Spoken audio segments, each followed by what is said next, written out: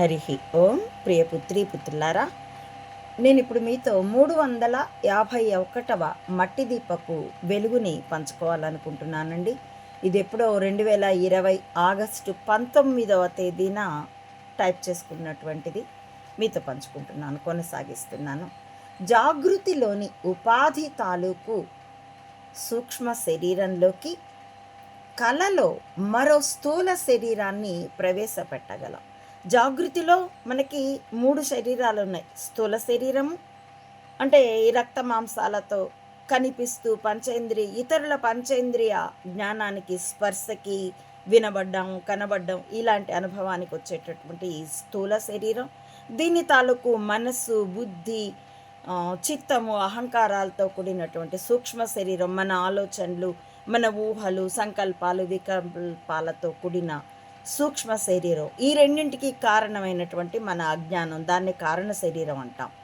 మన కలలో మరో స్థూల శరీరం ఎక్కడుంది? అది మన సూక్ష్మ శరీరంలోనే ఉంది. మనకి మాత్రమే, మన ఈ నేత్రాలకి గాక మన అనుభవానికి తెలిసేటటువంటి స్వప్నం. ఆ స్వప్నంలో మరో సూక్ష్మ శరీరం గాక స్థూల శరీరం కూడా ఉంది. అది ఎక్కడుంది? జాగృతిలోని మన యొక్క సూక్ష్మ శరీరంలో ఉంది. అంటే ఒక శరీరాన్ని మరో శరీరంలోకి ప్రవేశపెట్టడం అనంటే అదే కదా పరకాయ ప్రవేశ విద్య. నిజానికి పుట్టుకతోనే మనకి అణిమాది అష్టసిద్ధులు ఉన్నాయి. పరిశీలించి చూసుకోండి. పెద్ద కొండని ఊహలో ఆవగింజంతగా చూడగలం, నిద్రలోనూ అంతే చూడగలం. నిద్రలో అంత పెద్ద కొండ అయితే మన ప్రక్కనే నిద్రిస్తున్న వాళ్ళందరూ నలిగి చచ్చిపోరా? కాబట్టి ఇంత చిన్నదిగా, అలాగే అతి చిన్న సమస్యని ఆకాశమంతగా చూసి భయపడగలం. ప్రేమతో ఇతరులని వశపరుచుకోగలం. ఇలా ఆత్మశక్తి, ప్రాణశక్తితో చేసే సంయోగ వియోగ ప్రయోగాల మాయ అది. అందుకే ఇవేగాక తపస్సుతో సిద్ధించే మంత్రయుక్త అణిమాది సిద్ధులు కూడా ఆత్మసిద్ధికి ఆటంకాలే అంటుంది శాస్త్రం.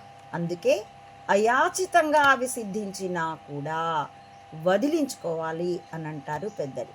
మహర్షి మలయాళ స్వాముల వారి చేతి తీర్థానికి జబ్బులు నయం చేసే శక్తి వారి తపస్సు రీత్యా కలిగిందట. ఇక జనం తండోపతండాలు. ఒక దశలో ఏర్పేడు ఆశ్రమం మానసిక శారీరక రోగులతో నిండిపోయి జ్ఞానార్థులకు చోటు లేకపోవడం చూసి స్వాముల వారు తన సంకల్ప శక్తితో, ఆత్మజ్ఞానం మినహా తన సంకల్ప సిద్ధితో సహా సకల మహిమలు నశించాలని సంకల్పించారట. సంకల్ప శక్తి సిద్ధితో తాను ఎదుటివాడి జబ్బు నయం కావాలి అని అనుకొని తీర్థం ఇస్తే ఎదుటివాడి జబ్బు నయమైనట్లే సంకల్ప సిద్ధితో తన యొక్క సంకల్ప సిద్ధి అనేటటువంటి మహిమ నశించాలి అనుకుంటే అది నశించింది. అటువంటిది ఆ శక్తి. కాబట్టి ఆత్మజ్ఞానం మినహా తనకు సంకల్ప సిద్ధితో సహా సకల మహిమలు నశించాలని సంకల్పించారట. ఇక ఆయన తీర్థం వైద్య మహిమలు చూపకపోవడంతో దేహభ్రాంతుల బెడద వదిలిందట. ఆపై ఆత్మ జ్ఞానార్థులకు, ఆత్మ సాధకులకు స్థానం లభించిందట. అలాంటి పూర్ణుల్ని ఆశ్రయించి ఆత్మ విద్య పొందమంటుంది హిందూ జీవన విధానం. ఇదే హిందూ సనాతన ధర్మం ప్రపంచానికిచ్చే జ్ఞాన ప్రకాశం. ఇది మాతా అనంతానంద చేతుల్లో మహర్షులుంచిన మట్టి దీపం. హరి ఓం. ప్రియపుత్రి పుత్రులారా, ఈ మట్టి దీపపు వెలుగు మీకు ప్రశాంతతనిచ్చినట్లయితే please spread this. Thank you for watching.